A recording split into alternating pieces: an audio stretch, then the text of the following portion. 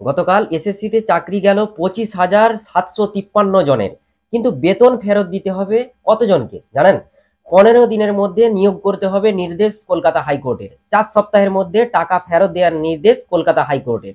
তবে চাকরি বাতিল হতেই এক প্রকার ক্ষেপে গেলেন রাজ্যের বর্তমানের শাসক দলের মুখ্যমন্ত্রী মমতা বন্দ্যোপাধ্যায়। তিনি কি বললেন দেখুন দর্শক। আমি এদের বলি, বোমা ফাটাবেন, বোমা। কি বোমা? না তো 26,000 টিচারদের চাকরি চলে যাবে। আমিও বলে রাখি, আমরাও লড়ে যাব, লড়াই করব। যাদের কথা বলা হয়েছে চাকরি বাতিল করা হলো, চিন্তা করবেন না, হতাশ হবেন না, কেউ জীবনের ঝুঁকি নেবেন না। আমরা সবাই আপনাদের পাশে আছি এবং যতদূর লড়াই করার আমরা লড়াই করব। একজনকে দেখলেন না, বিজেপির হয়ে ভোটে দাঁড়িয়ে গেল, তার অর্ডার ছিল এটা। এ রাজ্যের শাসক দলের চাকরি দেওয়ার অওকাদ নাই, বড় বড় লেকচার দেয়। 500 থেকে 1000 টাকা করব, কিন্তু চাকরি দেব তাদের যারা 15 থেকে 17 লাখ টাকা করে দিতে পারবে। এরকম একটা ভাব নিয়ে ভিজে বিড়ালের মতো বসেছিল, আছে এবং থাকবে এই শাসক দলের সুপ্রিমো সহ অন্যান্যরা।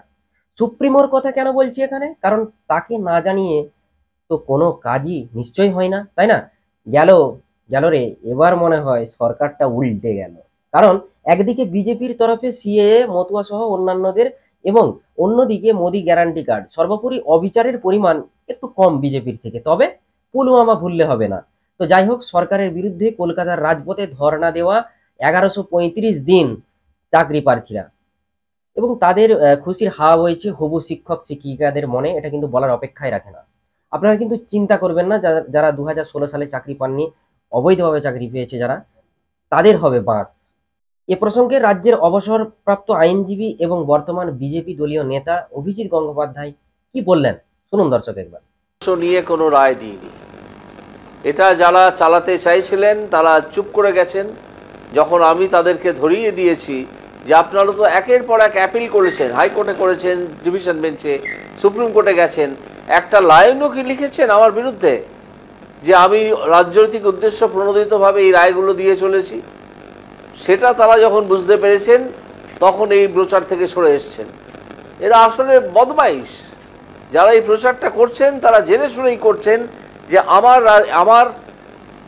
রায় কোনো রাজনৈতিক উদ্দেশ্য ছিল না। আপনারা চুরি করেছেন, ধরা পড়েছেন, চোর ধরা পড়েছে, এর চেয়ে বেশি আর কি? হ্যাঁ, দুর্ভাগ্য এই যে চোরগুলো নির্লজ্জ, অন্য চোরগুলো মুখ লোকায়। আর এখন দেখতে পাচ্ছি যে চোরের মায়ের আর বড় গলা নয়, চোরেদেরই বড় গলা। প্রবাদটা একটু চেঞ্জ করতে হবে, একটু বদল ঘটাতে হবে। চোরের মায়ের বড় গলা আর বলার প্রয়োজন নেই, বাংলায় বলতে হবে চোরেরই বড় গলা। সিবিআই তদন্তের ওপর অনাস্থা প্রকাশ করিনি। আমি বলেছিলাম অনেক দেরি হচ্ছে, সুড়ঙ্গের শেষে আলো আমি কবে দেখতে পাবো আমি জানি না, এ কথা বলেছিলাম। অনাস্থা কবে প্রকাশ করলাম? না, অনাস্থা তো কোনোদিন। কলকাতা হাইকোর্টের বিচারপতি দেবাংশু বসাক এবং বিচারপতি মোহাম্মদ সাব্বর রশিদির ডিভিশন বেঞ্চ জানিয়েছে 4 সপ্তাহের মধ্যে ওই চাকরি প্রাপকদের বেতন ফেরত দিতে হবে। লোকসভা ভোটের মধ্যেই তোলপাড় ফেলা রায় দিল কলকাতা হাইকোর্ট। সোমবার সকাল 10:30 নাগাদ এসএসসি মামলার রায় ঘোষণা করেন কলকাতা হাইকোর্টের বিচারপতি দেবাংশু বসাক এবং বিচারপতি মোহাম্মদ সাব্বর রশিদির ডিভিশন বেঞ্চ। পুরো প্যানেল বাতিল করার নির্দেশ দিয়েছে হাইকোর্ট। শুধু তাই নয়, প্যানেলের মেয়াদ শেষ হয়ে যাওয়ার পরেও যারা চাকরি পেয়েছেন তাদের বেতন ফেরত দিতে বলেছে আদালত। কলকাতা হাইকোর্টের বিচারপতি দেবাংশু বসাক এবং বিচারপতি মোহাম্মদ সাব্বর রশিদির ডিভিশন বেঞ্চ জানিয়েছে 4 সপ্তাহের মধ্যে ওই চাকরি প্রাপকদের বেতন ফেরত দিতে হবে শুধু কত পার্সেন্ট সুদ? না, বছরে 12% সুদ। মেয়াদ উত্তীর্ণ চাকরি প্রাপকদের বছরে 12% হারে সুদ দিতে বলেছে আদালত। এসএসসি নিয়ে বিরাট রায় দিয়েছে কলকাতা হাইকোর্টের ডিভিশন বেঞ্চ। বারবার বলছি আপনাদেরকে, 2016 নিয়োগ প্রক্রিয়ার গোটা প্যানেল বাতিলের নির্দেশ দিয়েছে কলকাতা হাইকোর্ট। উল্লেখ্য, 2016 সালে এসএসসির নবম, দশম, একাদশ, দ্বাদশ শ্রেণীতে শিক্ষক নিয়োগ এবং একই বছরে স্কুলে তৃতীয় এবং চতুর্থ শ্রেণীর কর্মী নিয়োগে দুর্নীতির মামলায় কাল কিন্তু গতকাল রায় ঘোষণা হয়ে গেল। এই নিয়োগের ক্ষেত্রে শূন্য পদের সংখ্যা ছিল 24,640, কিন্তু নিয়োগ করা হয়েছিল মাত্র 1,113 জনকে। এর জন্য অতিরিক্ত শূন্যপদ তৈরি করা হয়েছিল। সোমবার সেই যাবতীয় পদ মিলিয়ে মোট 25,753 জনের চাকরি বাতিলের নির্দেশ হাইকোর্টের। অর্থাৎ বেতন ফেরত দিতে হবে শুধুমাত্র 1,113 জনকে। বুঝতে পারছেন? এ নিয়ে হাইকোর্টের বিচারপতি বসাকের ডিভিশন বেঞ্চের পর্যবেক্ষণ, জনগণের টাকায় বেতন পেয়েছেন ওই চাকরি প্রাপকেরা, তাই বেতন তাদের ফিরিয়ে দিতে হবে, সেই সঙ্গে সুদও দিতে হবে। বেতনের পুরো টাকা তারা ফিরিয়েছেন কিনা তা আদালতে জানাতে হবে সংশ্লিষ্ট আধিকারিকদের, যাদের দায়িত্ব দেওয়া হবে। সোমবার এসএসসি মামলার রায় ঘোষণা করেছে হাইকোর্ট। 2016 সালের সম্পূর্ণ নিয়োগ প্রক্রিয়া বাতিল করে দেওয়া হয়েছে। এর ফলে বাতিল হয়ে গিয়েছে 25,753 জনের চাকরি। আদালত জানিয়েছে এ মামলায় তদন্ত চালিয়ে যাবে সিবিআই। তদন্তের প্রয়োজনে সন্দেহভাজনদের হেফাজতে নিয়ে তারা জিজ্ঞাসাবাদও করতে পারবে। এসএসসির উত্তরপত্র ওয়েবসাইটে প্রকাশ করতে বলেছে আদালত, যত তাড়াতাড়ি সম্ভব। জনসাধারণ যাতে উত্তরপত্র দেখতে পায় সেই ব্যবস্থা করতে হবে। সব চাকরি বাতিল করলেও একজনের কিন্তু চাকরি যায়নি।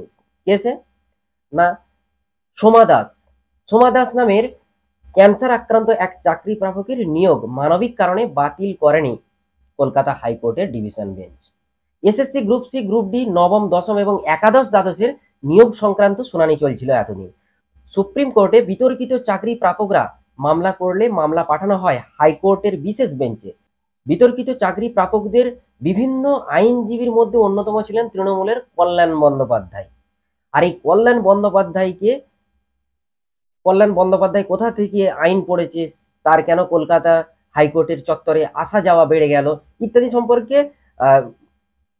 সাবেক কলকাতা হাইকোর্টের বিচারপতি অভিজিৎ গঙ্গোপাধ্যায় তিনি কি বললেন, এটা একবার শুনুন দর্শক। জাজমেন্টটা যে কমপ্লিটলি ইরোনিয়াস জাজমেন্ট, কমপ্লিটলি ভুল, ত্রুটিপূর্ণ জাজমেন্ট। এই জাজমেন্ট থাকতে পারে না।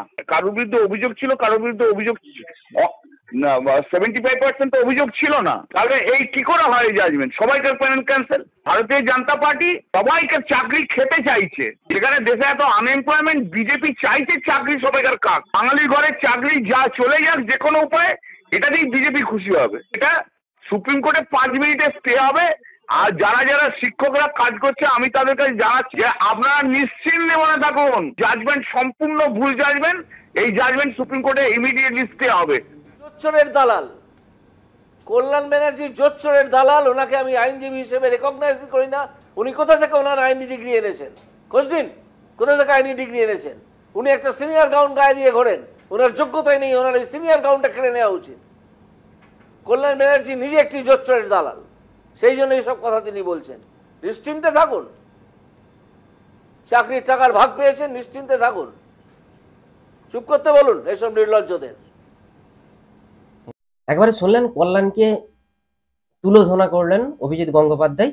এবং রাজ্যের তরফ থেকে জানানো হয়েছে যে তারা এই যে এসএসসিতে 25,753 জনের চাকরি বাতিল, এটা নিয়ে তারা কিন্তু যাবে সুপ্রিম কোর্ট।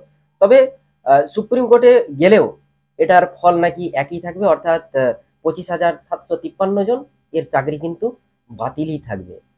কারণ এই যে কেস, এটা এখন পর্যন্ত সিবিআই এর হাতে রয়েছে এবং যত তাড়াতাড়ি সম্ভব স্টাফ সিলেকশন কমিশন মানে এসএসসির ওয়েবসাইটে আপলোড করা হবে যে ওএমআর শিটগুলো, যেগুলো কলকাতা হাইকোর্ট নির্দেশ দিয়েছে যে ওএমআর কিন্তু আপলোড করতে হবে, যাতে পাবলিক এটা দেখতে পারে, স্টুডেন্টরা এটা দেখতে পারে।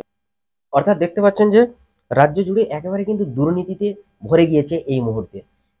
একেবারে ভোটের আগে তোলপাড় ফেলা রায় দিল কলকাতা হাইকোর্ট, যেটা দেখে খুশি যারা ধর্মতলা থেকে কলকাতার রাজপথে যারা দিনের পর দিন অর্থাৎ 1135 দিন ধর্নায় বসেছিল, আর যারা চাকরি পেয়ে গেছে অর্থাৎ 2016 সাল থেকে 8 বছর 2016 সাল থেকে 8 বছর ধরে চাকরি করছে, 38 লাখের উপরে টাকা কামিয়ে নিয়েছে এবং সেখান থেকে 1,113 জনকে দিতে হবে 12% সুদ হারে আসল টাকা ফেরত। বুঝতে পারছেন? তার মানে সত্যের জয় হবেই। এবং এই মুহূর্তে কলকাতার রাজপথে থাকা যারা চাকরি প্রার্থী হবু শিক্ষক শিক্ষিকা, তারা কিন্তু আনন্দের কান্না কাঁদছেন। 15 দিনের মধ্যে নিয়োগ করার নির্দেশ দিয়েছে কলকাতা হাইকোর্ট, তাতে করে খুশি সকালে। দেখতে থাকুন নিউজ 10 বাংলা। ধন্যবাদ।